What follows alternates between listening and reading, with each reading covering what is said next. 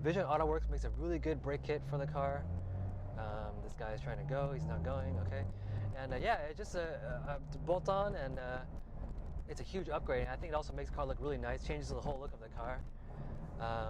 But yeah, the car feels really great. We're just gonna take a little quick drive, not doing anything too crazy. Just want to give you guys a quick little update.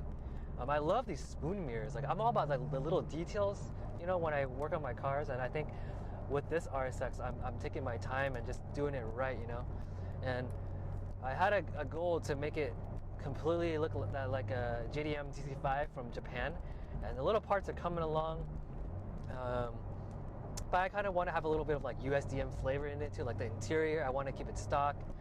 It has a moonroof, which, you know, the JDM DC5 Type R doesn't have. I could have went with the differential from the Type R, but I wanted something that was like meant for the K series and something that was brand new. I didn't have to buy like used. So yeah, just right off the bat, like the motor mounts and the diff just helps so much when you're cornering. I'll take it right here. Still gotta check behind my shoulder, make sure there's no cars. But yeah, these concave mirrors, spoon mirrors, are like so good.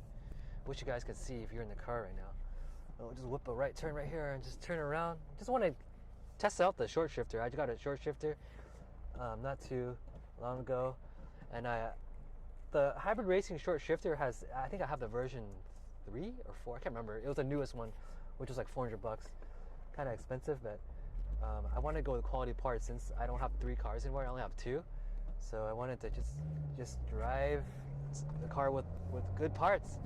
And I set the setting on the OEM setting. Like, I don't want it to be too short.